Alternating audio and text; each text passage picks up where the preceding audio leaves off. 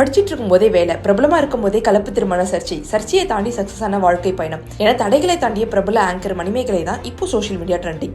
15 வருஷம் மீடியா வாழ்க்கையில சுயமரியாதை எழுந்துதான் அடுத்த வாய்ப்பு கிடைக்கும்னா அப்படிப்பட்ட வேலை எனக்கு தேவையில்லைன்னு பேசி டாக் ஆஃப் தி டவுனா இருக்கும் மணிமேகலை குறித்து விவரமா பார்க்கலாம்.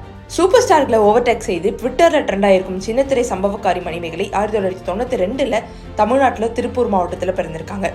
சின்ன வயசுலேயே மணிமேகலை குடும்பம் சென்னைக்கு ஷிஃப்ட் ஆயிடுறாங்க. ஸோ ஸ்கூல் காலேஜ் எல்லாமே சென்னையில் தான் படிச்சிருக்காங்க. விஷுவல் கம்யூனிகேஷன் படிச்சுட்டு இருக்கும் போதே அவங்களுக்கு சன் மியூசிக்ல ஆங்கரிங் பண்ற ஒரு வாய்ப்பு கிடைக்குது. அங்க தொடங்குது மணிமேகலையோட மீடியா பயணம். சன் மியூசிக்ல சூப்பர் ஹிட் ஷோ தான் அவங்களோட முதல் ஷோவோட பேர்ல சூப்பர் ஹிட் இருந்ததுனாலயோ என்னவோ அவங்களோட முகமும் மக்கள் மத்தியில ஹிட் ஆச்சு. அதுக்கப்புறம் அவங்க சன்ல நிறைய ஷோ தொகுத்து வழங்கியிருந்தாங்க. இவங்க ஆங்கரிங் பண்ற பீரியட்ல தான் அஞ்சனாவும் ஆங்கரிங் பண்ணிட்டு இருந்தாங்க. நடிகர் லாரன்ஸோட ஆடலுடன் பாடல் வீடியோல லாரன்ஸ் கூட டான்ஸ் ஆடின ஹுசைனை பார்த்து இம்ப்ரெஸ் ஆகி மணிமேகலை ஹுசைனுக்கு விஷ் பண்ணியிருந்தாங்க. அதுக்கப்புறம் 2 பேரும் பேசி பழகி காதலிச்சு 3 மாசத்திலேயே திருமணமும் பண்ணிக்கிட்டாங்க. வெவ்வேறு மதம் அப்படிங்கறதுனால குடும்பத்தை சார்ந்தவங்களோட எதிர்ப்பை தாண்டி அவங்க காதல் மேல நம்பிக்கை வச்சுதான் மேரேஜ் பண்ணியிருந்தாங்க. மேரேஜ்க்கு முன்னாடி சன்ல ஆங்கரிங் பண்ணிட்டு இருந்த மணிமேகலை மேரேஜ்க்கு அப்புறம் விஜய் டிவில முகம் காட்ட ஆரம்பிக்கிறாங்க. விஜய் டிவி மணிமேகலைங்கிற பேரும் கிடைக்குது. 2018 விஜய் டிவில மிஸ்டர் அண்ட் மிஸ்ஸஸ் சின்ன திரையில பார்ட்டிசிபேட் பண்ணி ரன்னரப்பா வந்தாங்க. கூடவே ஹுசைன் மணிமேகலைன்னு ஒரு யூடியூப் சேனலும் ஆரம்பிக்கிறாங்க. அந்த சேனல்ல அவங்க கல்யாணம் ஆனதுக்கு அப்புறம் எவ்வளவு கஷ்டப்பட்டாங்க, எதுவுமே இல்லாம அவங்க வாழ்க்கையை திரும்பவும் எப்படி ஸ்டார்ட் பண்ணாங்க, எல்லாமே அவங்க சேனல்ல ஷேர் பண்ணியிருந்தாங்க.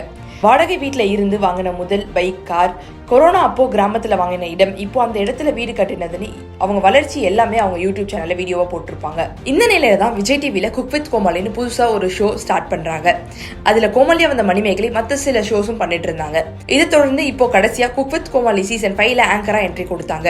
4th சீசன் வரைக்கும் குக் வித் கோமாளி பண்ண மீடியா மைசன்ஸ் ப்ரொடக்ஷன் கம்பெனி 5வது சீசன் விஜய் டிவில பண்ணல. ஆனா வேற ஒரு ப்ரொடக்ஷன் கம்பெனி மூலமா 5th சீசன் பண்ணிருந்தாங்க. ஷோ ஸ்டார்ட் ஆனதுல இருந்தே சர்ச்சையான குக் வித் கோமாளி இப்போ மணிமேகலை பிரியங்கா மோதல் வரைக்கும் போயிருக்கு.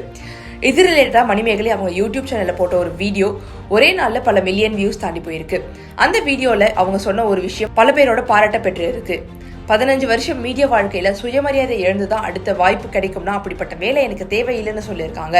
மற்றவங்களுக்கு அட்ஜஸ்ட் பண்ணாதான் வேற சான்ஸ் கிடைக்கும்னா நான் 15 வருஷமா பார்த்துட்டு இருந்த வேலைக்கு என்ன மரியாதை இருக்குன்னு கேள்வி எழுப்பியிருக்காங்க. இதுதான் பல சூப்பர் ஸ்டார்ல ஓவர்டேக் செஞ்சு சின்னத்திரை சம்பவக்காரி மணிமேகலைன்னு பேர் வாங்கி கொடுத்திருக்கு.